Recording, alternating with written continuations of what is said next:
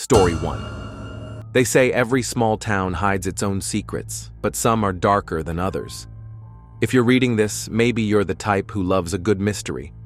Maybe you'd even think you could handle a night in a strange, forgotten place. I used to believe that too.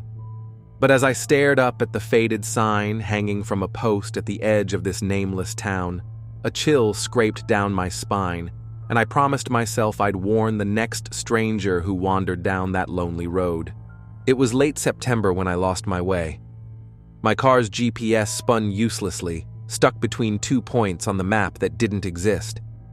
I was supposed to be driving straight through to my friend's wedding in Oak Ridge, but a wrong turn and a sudden thunderstorm left me searching for shelter, or even just a place to stretch my legs. That's how I found it. A town not quite on any map, where the trees pressed in too close and the silence sounded like a warning. I drove through empty streets lined with little houses, their windows shuttered even though it was only 5 in the afternoon. The only movement I saw was an old woman sweeping her porch. She froze when my car passed, the broom hanging in the air. Her eyes, dark and tired and suspicious, followed me until I turned the corner. The diner, the Susie Q, was the only building with lights. It was the kind of place you see in black and white photographs. Every booth empty, a cracked jukebox in the corner, and the smell of coffee that had been left to burn. I stepped inside, shivering, hoping for warmth and maybe some directions. All conversation stopped the second I walked in. 4 men in baseball caps looked up from their coffee. Their faces hardened. The waitress wiped her hands on her apron, but she didn't move. Nobody spoke. For a long, hungry moment, I just stood there by the door, the only sound the clock ticking on the wall. "Sorry, all out," the waitress finally said, her voice flat. She looked past me, toward the swinging doors as if she wished I would leave. I tried to smile. "I just need to ask for directions. I got lost trying to get to Oak Ridge." One of the men snorted. "Road's closed," he said, his accent thick and rough. "Might want to head back the way you came." None of them met my eyes. I left the diner and my hopes of help behind. Outside, the wind picked up, carrying whispers that didn't quite sound like wind at all. As I walked toward my car, a boy on a bicycle coasted by, staring openly, his mouth scrunched in a frown. I thought it was just a strange place. But as I fumbled for my keys, a pickup truck pulled up alongside me. 2 men sat inside. The driver rolled down his window. "Car trouble?" he said, tight-lipped. I shook my head, suddenly uncomfortable. "No, I just needed directions. I'm looking for the highway." "You're not from around here." It wasn't a question, just a cold fact. "I got lost, that's all. I'll leave, promise." The passenger leaned forward. "That's best. Folks here don't warm much to outsiders, you see." The pickup peeled away, and when I looked back through the diner window, every face was still pressed to the glass, watching. By the time I had gathered my things, the sun had started to set, painting everything in bloody streaks. A sense of panic bit at me. My phone had no service. My car radio just hissed with static, and every time I stopped walking, I could feel eyes on my back. Shadows gathered at the corners of houses. Someone laughed, a dry, humorless sound. From behind a hedge, a door slammed. I passed a group of teenagers who, instead of speaking, just pointed at me and whispered among themselves. I tried to speed walk back to the main road, but before I made it, I felt a presence behind me. I turned. Nothing. I turned again, and this time the old woman from earlier was there, her broom now clutched like a weapon. "You should go." Her voice shook. Her gaze flicked nervously toward the houses around. "Before it's too late." I ran then. Ran through streets that seemed to twist in impossible directions, houses that all looked the same, and lights that flickered out as I passed. The entire town pressed in. No warmth, no welcome. Just a sense that I had trespassed on something ancient and dangerous. When I finally found the road out, my heart thudded painfully in my throat. The sign at the edge, the one I'd ignored on my way in, still creaked in the wind, letters too faded to read. "Don't stop in places you don't know." And never, ever ignore the stairs. They might be the only warning you get. I still wake at night, certain that if I close my eyes, I'll find myself back in that small, hateful town with nowhere left to run. Story 2. Have you ever felt a shiver crawl up your skin for no reason, like a whisper from something you shouldn't hear? Let me tell you about the night that changed everything in our quiet town. A night where the darkness moved and a girl simply vanished. Some say she ran away. Others speak of shadows that stretch too long, even when the sun forgets to set. I'm telling you now because sometimes secrets are worse than ghosts, and people need to know just how deep the silence goes. My name is Emma. I was 17 the year Lily Parker disappeared. It was the end of summer, and the whole town had gathered for the annual Harvest Fair, a silly, dusty event where you could smell caramel and roasted corn and people wore their oldest boots. We were so used to thinking nothing bad could ever touch us. Lily was pure light, laughing, golden hair, always the first to offer a hand or a piece of gum at the back of the classroom. That night she wore a red jacket, the hood pulled over her braid, as if trying to be mysterious on purpose. She handed out tickets at the pie table, danced with her little brother, and walked out across the field toward home at exactly 9:13, waving at everyone as she went. That was the last time anyone ever saw her. The police came the next morning. Her mother wept by the side of the road, and everyone joined the search, gathering in lines, calling her name along the ditch and by the pond where the cattails grew taller than our heads. Nothing. Not a sneaker, not a ribbon, not a single sound. Mom wouldn't let me go out at night for weeks, and the town felt colder, like every light was weaker and every shadow grew teeth. Rumors began to swirl like those black leaves in autumn wind. Everyone had a theory.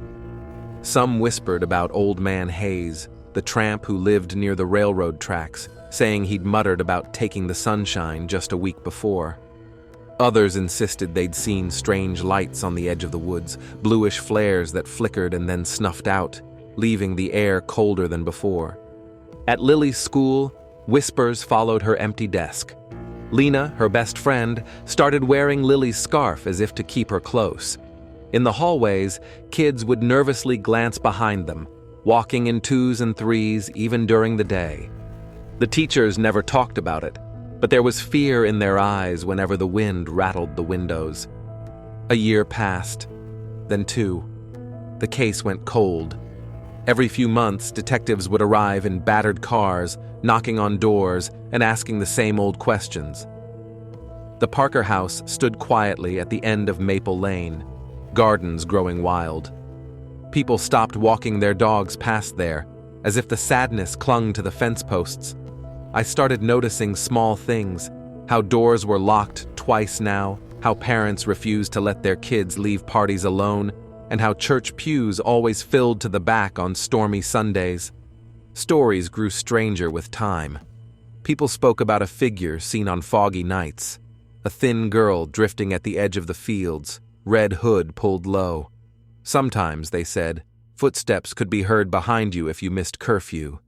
But if you turned, nothing was ever there except a cold spot in the air and a shiver you couldn't shake. 3 years after Lily vanished, I found myself drawn to the Harvest Fair again, the air pressurized with memories and unshed tears. Clouds hung low that night, pressing the world flat and dull. I walked the same path Lily had taken, feeling her presence, half expecting to see her around the next bend. It was then I heard it, a faint humming, almost like a lullaby, drifting from the old willow tree by the river. My chest tightened. I followed, heart pounding, and under the pale sweep of moonlight, I saw a flash of red disappearing into the mist. I called out, but the wind stole my words. The ground turned muddy and slick, my sneakers sticking as if the earth didn't want me to go any further. I never found anyone. Just a scrap of red cloth snagged on a branch, and the feeling that something waited just past the edge of the light. I didn't tell anyone what I saw. Some secrets live in the spaces between stories, and I didn't want to feed the darkness more names. Even now, as an adult, when the fog rolls in, I feel her absence. The town changed after Lily disappeared. Fear is a quiet ghost. It makes you look over your shoulder, teaches you to lock your door, and makes neighbors feel like strangers. If you ever pass through my town and the fields seem to watch, just keep walking. Don't listen to the whispers, and never ever follow a red jacket into the mist. Story 3. Some sounds never leave you, even when you block your ears or bury your face in a pillow. It's not just about hearing. Sometimes the past reaches out and finds you through a tune, a breath of wind, or the cold press of invisible hands. I used to think haunted towns only belonged in stories, but that was before Willow Creek, and before the melody that's still trapped in my bones. I arrived in Willow Creek in late October, looking for a place to forget. Divorce papers signed, city job packed in, heart hollowed out. The town was small, the kind with a single grocery store, faded murals, and street lamps that flickered when the sun dipped away. I rented a room above the old bakery, hoping for quiet. Instead, what I found was something wrong, humming beneath the silence. The first night, I barely slept. I kept hearing faint music, a child's lullaby, played on what sounded like a glass piano. It drifted in through the cracked window, curling around my ears, changing shape if I tried to listen hard. When I pressed my face to the glass, the street was empty. The only thing moving was the willow tree by the creek, its pale branches scratching the water. The next morning, I joked about it to Mrs. Green, the bakery owner. Her hands stopped dusting flour. "We all hear things sometimes," she said, just a little too quickly. "It's better not to talk about it." That same afternoon, shelves in my rented room rattled. A stack of books tumbled to the floor, even though the window was shut. The music came again, clearer, sinking into my chest. Somewhere, a girl was singing, the words just out of reach. I felt a shiver begin in my teeth and spread down my spine. On my third day in town, I went for a walk by the river, driven by a need to see if someone was out there. Local kids watched me from their bikes, eyes wide, not speaking. "You new here?" a boy asked, voice hushed. I nodded, forcing a smile. "Just moved in. Don't go near the covered bridge after dark." The other kids nodded rapidly. "That's where she sings." They sped off before I could ask anything else. I learned about the legend from Mr. Baxton at the market. 50 years ago, a little girl, Molly May, drowned at the bridge during a birthday party, he whispered. Folks say her music box was lost too. Now she wanders the banks looking for it. Sometimes she sings, sometimes she cries. That night, I couldn't sleep again. My lamp flickered, and shadows pulled long, stretching over the walls in shapes that didn't match anything in the room. When I finally drifted off, I was jolted awake by a prickle on my ankle and the sound of small, deliberate footsteps moving across the creaky floorboards. I twisted around, but the room was empty. Then a cold, heavy hand pressed down on my shoulder, forcing me into the mattress. I gasped, unable to move, heart pounding so loud I was sure something would answer it. I whispered, "Please let me go." The pressure eased, but now the music was right beside my ear, a sourceless lullaby, and the light bulb popped and went black. In the morning, Mrs. Green looked at my trembling hands but said nothing. Everyone in town wore the same tired mask, trying to carry on, pretending not to see the strange, sad things that happened at the edges. The week wore on. Every night, a new object moved without reason, a mug crashing to the floor, photos falling off the wall. One evening, I watched in frozen horror as the rocking chair in the corner began to sway back and forth, though nobody sat there. Goosebumps erupted over my arms. It felt like I was being watched. I started hearing whispers, my name, trailing along the walls, spoken in a child's voice. Sleep became impossible. I grew pale and jumpy, avoiding the bridge, refusing to listen to music, but even silences turned threatening. Sometimes I'd walk through town, and a sudden gust would shove me, almost knocking me over even on a still day. People began to avoid me. I saw the same wary look in their eyes that I now saw in my own reflection. I was becoming part of Willow Creek's story, a new name for its ghosts to play with. I decided I had to leave. On my last night, I packed my bag, careful not to disturb anything. The town was silent as always, but as I walked past the willow tree, I heard it. The music box was playing, clear and high, and behind me, the unmistakable sound of a girl softly humming. The air turned thick and icy. My feet wouldn't move. Cold, small fingers brushed my wrist. She whispered, "Stay and play," her breath colder than the moonlight. I ran without looking back, leaving Willow Creek and its haunted melodies behind. But in every quiet room, in every flicker of shadow, her song sometimes finds me still. A tune with no end, a town that never really lets you leave. If you ever hear music at midnight, stop your ears and run. Some stories aren't meant to be heard, and some ghosts never forgive being forgotten. Story 4. There is a moment, just a flicker, when a town falls quiet in a way that sets your skin crawling. It's not the calm before a storm, but something far worse, like the world holding its breath, afraid of what comes next. I felt it the night I arrived in Hollow's End. If you ever find yourself welcomed by silence so deep it presses against your chest, take it as a warning. Because in Hollow's End, silence isn't peace. It's a prison made of secrets and lies. I'm Alex, a journalist chasing stories in forgotten places. Hollow's End wasn't the kind of town you'd find on many maps. A cluster of weather-beaten houses, a cracked main street, and a diner that looked like it hadn't changed since the 60s. I had heard whispers about a death. Local troublemaker Tommy Briggs, known for roughing folks up and shaking down small businesses, turned up dead under strange circumstances.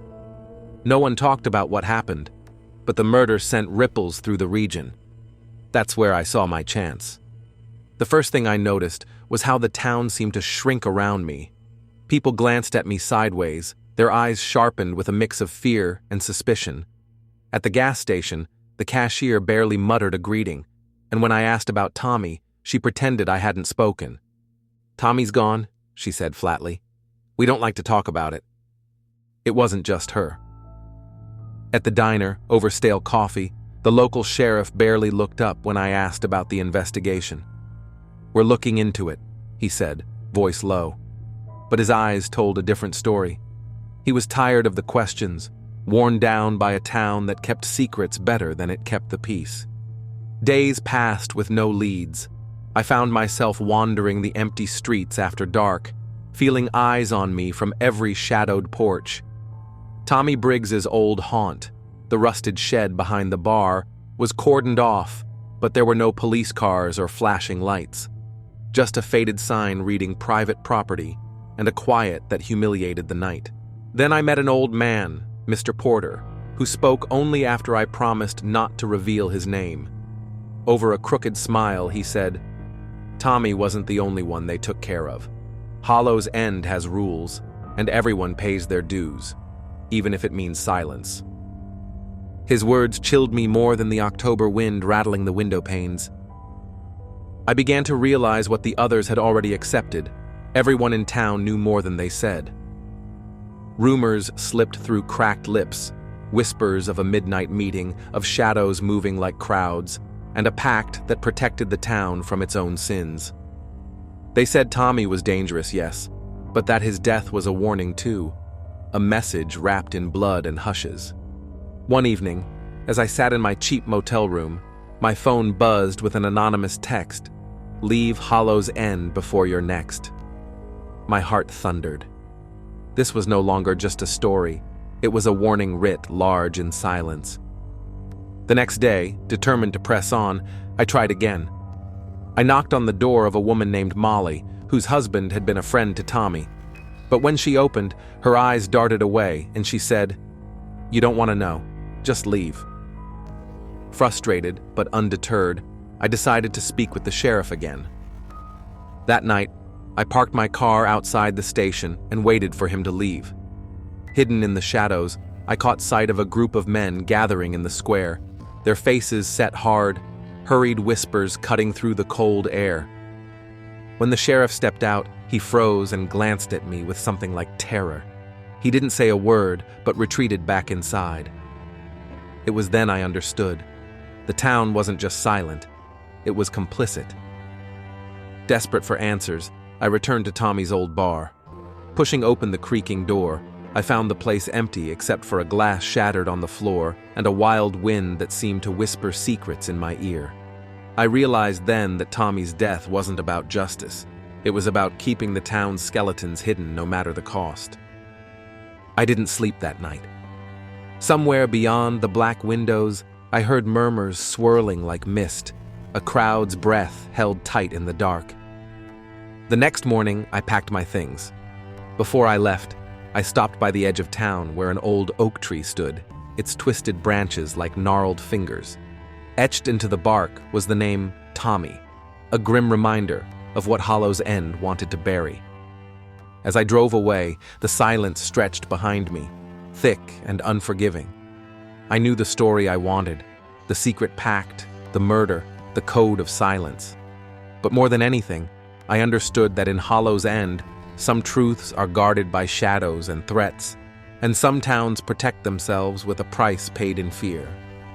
If you ever find yourself in a town that watches too closely and says too little, listen to the silence. It's not empty. It's warning you to leave before you're swallowed whole. Because in Hollow's End, asking questions isn't just dangerous, it's deadly. Story 5.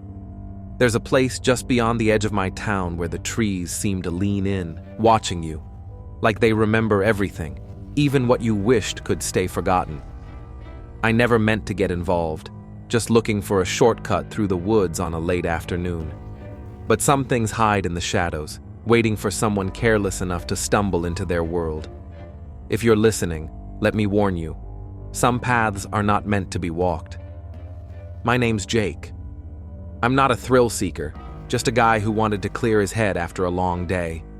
The town I live in is small, the kind where everybody knows your name and your business, except for the secrets they keep hidden at the edges.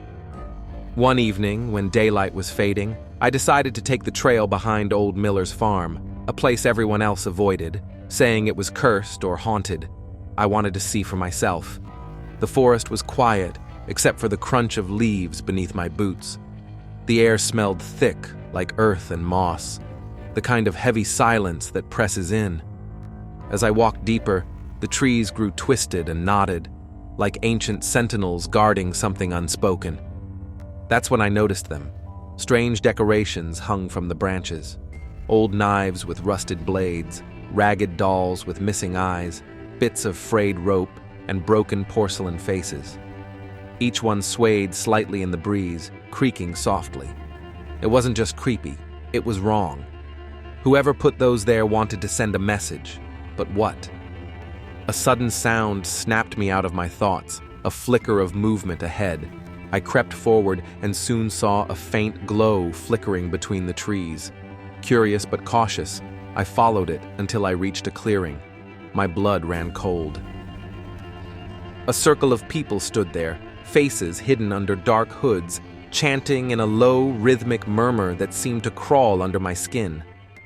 In the center, a small fire cast strange shadows, and around it lay more dolls, knives, and symbols scraped into the dirt.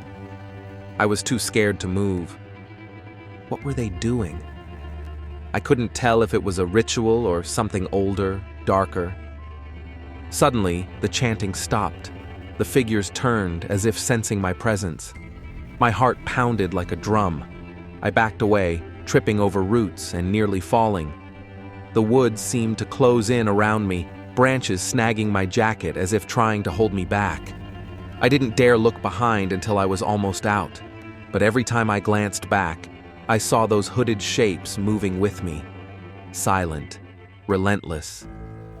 When I finally burst out onto the empty road, breath ragged, I didn't stop running until I reached my small apartment. The comfort of my own space should have made me safe, but that night was the worst. On my doorstep, nailed to the wood, was a small doll, one of the creepy ones, missing an eye like the ones in the woods. Around its neck was a thin strip of leather tied into a noose. Beneath it was a note scrawled in shaky handwriting, "Stay away. Watch closely." Fear squeezed my chest so hard I could barely breathe. Whoever or whatever was out there knew I had seen them. The feeling of being watched didn't end with the night. Shadows in my apartment seemed darker, corners colder, and every strange sound felt like a warning. I tried to tell a few friends, but their faces went pale, and they told me to stop talking. They said some things are buried for a reason, and that the woods don't forgive curiosity. Days later, I started noticing strange markings carved into my doorframe, twisted symbols I'd only seen in the dirt by the fire pit. My phone showed texts with nothing but symbols, an alphabet I couldn't understand, but the intent was clear. This wasn't just a threat, it was a promise. Sleep became impossible. I kept hearing footsteps in the hallways, whispers brushing against my ears. On more than one occasion, I found knives left in strange places. My kitchen drawer, the bathroom sink, the seam of my coat. Each one rusty, each one silent and deadly. I haven't gone back to the woods since. I avoid the streets after dark, don't look out my windows, and sometimes I wonder how long before they come again to remind me that I saw too much. If you ever find yourself near the edge of a forest where the trees watch you back, and if you see strange objects dangling from branches like forgotten warnings, turn away. Walk faster. Don't listen to the whispers carried on the wind. Because some places don't want to be found, and some secrets punish those who pry. And in the silence that follows, the woods will never forget your name. For more stories like this, share and subscribe Goofy Horror.